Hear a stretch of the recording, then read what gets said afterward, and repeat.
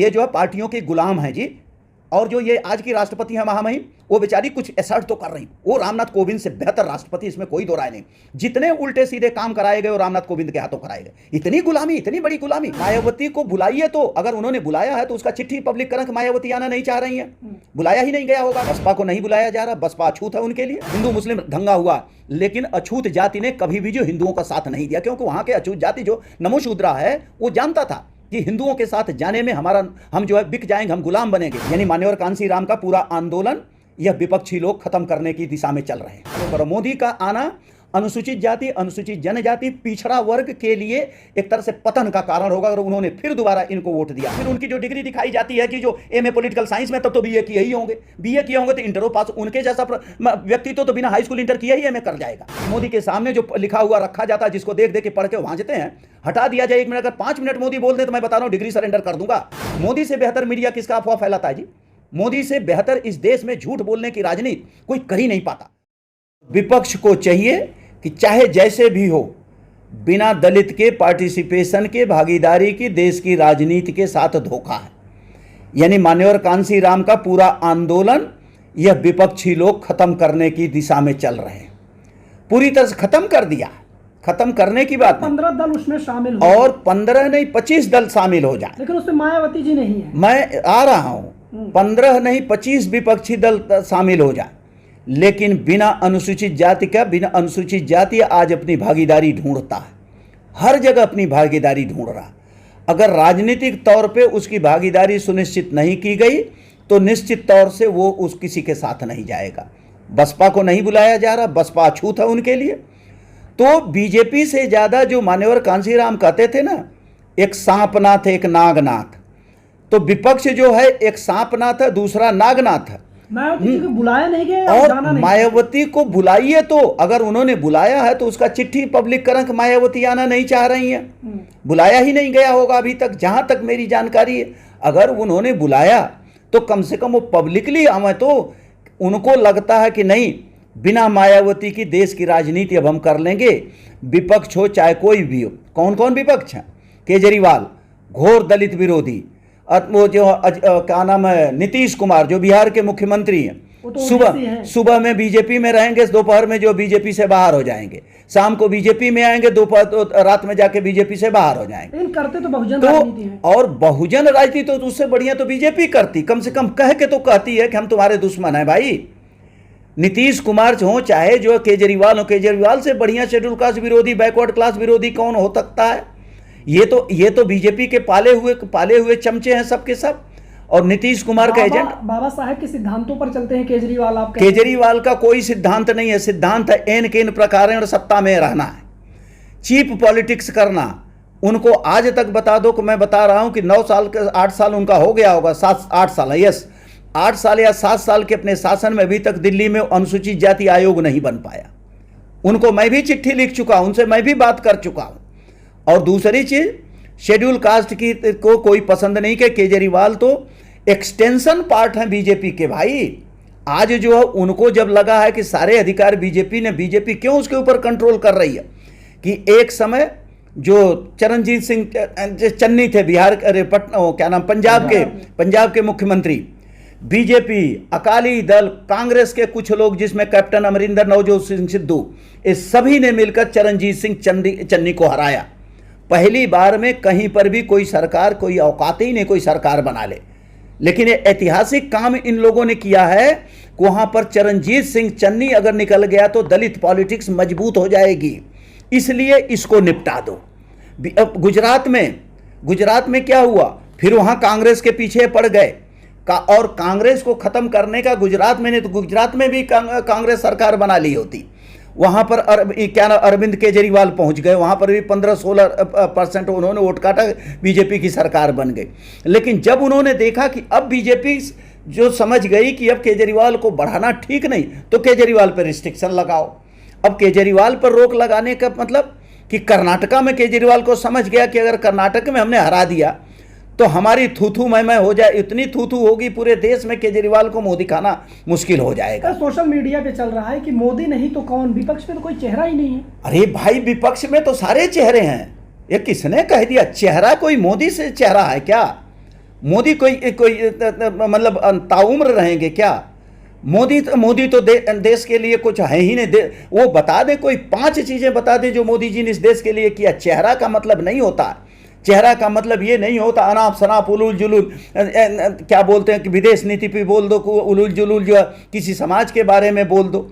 मोदी तो ऐसे व्यक्ति हैं कि मोदी को कौन गाली दे देगा? मोदी से बड़ा शक्ति। मीडिया तो कह रही है कि विश्व गुरु बनाने वाले हैं देश को। विश्व गुरु तो न बनाएंगे, लेकिन अंधकार युग में यह देश जरूर चला जाए अगर 2024 में मोदी आ गए तो। और मोदी आएंगे तो विपक्ष की अपनी कमजोरियों को अपनी वजह से आएंगे। लेकिन विदेशों में डंका भी तो बज रहा है। कहीं कोई डंका नहीं है। जितना डंका पिटता है वो पिटता है, उसके बाद वही दूसरों देशों के प्रतिनिधि उनका पैर छू रहे हैं। अरे भाई, वो मैंने देखा है प्रतिनिधि एक तो कहीं से छू रहा है, ये भी लेटे पड़े हैं उनके सामने।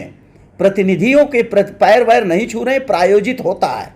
और जितने जो डंका विदेशों में पट रहा है उनके वो भीड़ देख लो।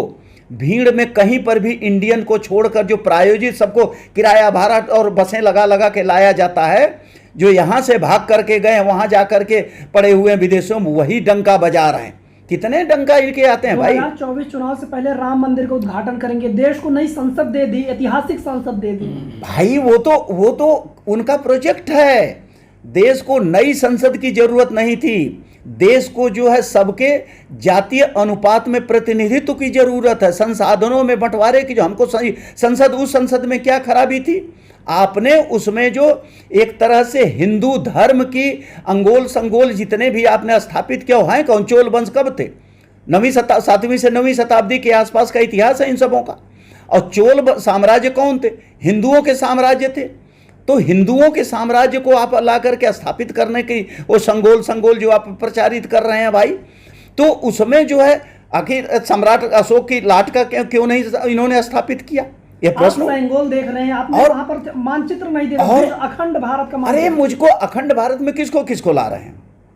सारे पड़ोसी देश। कौन पड़ोसी? उनके हिस्सा बन जाएंगे। पाकिस्तान है और नेपाल है और क्या नाम है ये बांग्लादेश, सारे हैं, सब हो जाएंगे भारत के हिस्सा। मतलब तुम लोग बताओ ना, भारत में आ जाएंगे? तुम लोग विश्वास है? झूठ किसको बोल रहे हैं ये सब कि अखंड भारत इनको बनाना होता तो ये हिंदू जितने भी थे कभी भी भारत का बंटवारा नहीं करते। भारत से 2 देश और बने हैं। भारत से पाकिस्तान भी अलग होकर के बना, अलग नहीं हुआ। पाकिस्तान और ये जो बांग्लादेश को मजबूर किया गया, यह बहुत बड़ी साजिश थी हिंदुओं की। हिंदुओं की जब मैं साजिश कहता हूं, तुम लोग समझना चाहिए कि उस समय बड़ी सभाएं हुई थी 1905-1906 के पहले भी। और इतनी सभाएं हुई थी जिसमें जो है हिंदुओं के पक्ष जो रख रहे थे महाराजा बर्दवान थे। मुसलमानों के तरफ से जो नेतृत्व करते प्रोफेसर नूरुल अमीन थे। नूरुल अमीन के साथ उस जमाने में क्या हुआ था? यूनाइटेड बंगाल चाहिए। और इनको ये कहते थे हम जो है कितने करेंगे कि नहीं, हमको डिवीजन होना चाहिए। क्यों डिवीजन होना चाहिए? क्योंकि तुम देख लो, चाहे खुलना डिस्ट्रिक्ट हो, चाहे आज का ढाका हो जो बांग्लादेश की राजधानी है, उसके बाद मेहमदनगर है, चाहे करीमगंज है, ये सारी जगह अनुसूचित जाति जो अछूत की आबादी कम से कम मान के चलो कि 74% तक रही है ढाका में। लेकिन ये बांटा क्यों गया? जितने भी आंदोलन हुए, हरिचांद गुरुचांद ठाकुर को पढ़ो, अब पढ़ करके तुम पाओगे कि बंगाल प्रोविंस ऐसा था, बंगाल इतिहास ऐसा था, जब अंबेडकर पैदा नहीं हुए थे तब वहाँ राष्ट्रीय आंदोलन चल रहे थे कि हमारे संसाधनों पर हमारा हिस्सेदारी होनी चाहिए, देश के संसाधनों पर हमारा जनसंख्या के। बंगाल में अंबेडकर अभी पैदा नहीं हुए थे, 1871 में अंबेडकर नहीं पैदा हुए थे, तब वहाँ नमो शूद्रा आंदोलन चला। और इन लोगों का ये था कि इतने भी, जबकि रविंद्रनाथ टैगोर कहते हैं कि इतने बड़े वहाँ पर हुआ है, क्या नाम है, हिंदू मुस्लिम दंगा हुआ, लेकिन अछूत जाति ने कभी भी जो हिंदुओं का साथ नहीं दिया, क्योंकि वहाँ के अछूत जाति जो नमो शूद्रा है वो जानता था कि हिंदुओं के साथ जाने में हम जो है बिक जाएंगे, हम गुलाम बनेंगे। इसलिए वहाँ पर इनको बांटा गया बड़े रणनीति के तहत। तुम लोग समझो इस बात को, क्यों? क्योंकि जब 76%, 74% और उसके साथ मुसलमान जुड़ जाएगा, उस समय बंगाल प्रोविंस में दलितों की, अछूतों की, मुसलमानों की एकता तुम देखो, पढ़ो पहले। उसमें मैं तुम लोगों को कई चीजें बता रहा हूं कि जो है जिस तरह से एकता थी, एक घबराए हुए थे। इनके राष्ट्रपिता जो बाद में बनाए गए, राष्ट्रपिता का कोई पैमाना होता है ना? अमेरिका का राष्ट्रपिता कौन है? इंग्लैंड का राष्ट्रपिता कौन है, फ्रांस का कौन राष्ट्र, वो तो सबसे ज़्यादा विकसित देश होगा।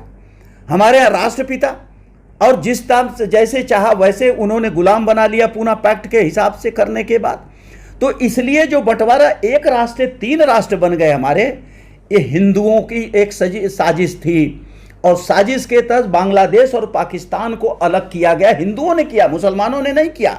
मैं दावे के साथ कह रहा हूं कि 1906 का बंटवारा जो हुआ है, वो मुस्लिम लीग चाहे उनके वो नेतृत्व में नेता थे, वो नेतृत्व जो है फ्रस्ट्रेट होकर के अब मजबूर हुआ हिंदुओं से कि नहीं, अब हम आपके साथ नहीं चलेंगे। नहीं तो 1934 तक मोहम्मद अली जिन्ना इस देश के सबसे बड़े राष्ट्रवादी नेता थे। इनके नेता नेहरू और गांधी कहते हैं। अब 34 के बाद जिन्ना अचानक रातों रात बदलते हैं। क्यों बदलते हैं भाई?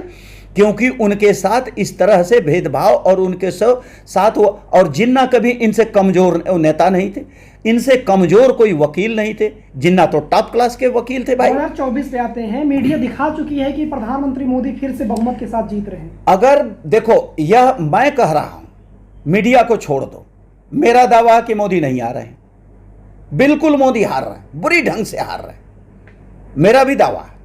अब मैं भी वो फॉलो करो। मोदी का आना अनुसूचित जाति, अनुसूचित जनजाति, पिछड़ा वर्ग के लिए एक तरह से पतन का कारण होगा अगर उन्होंने फिर दोबारा इनको वोट दिया। गलती 2 बार कर चुके हैं, और हिंदू बनना, हिंदू राष्ट्र का नाम ले लेने से उनका पेट नहीं पल जाएगा। हिस्सेदारी की बात छूट गई, हमारे प्रतिनिधित्व का बात छूट गया। हम प्रतिनिधित्व दिए तो ना, दलित राष्ट्रपति दिया, आदिवासी राष्ट्रपति दिया, और क्या चाहिए आपको? देखो कैबिनेट में ओबीसी मंत्री कितने हैं?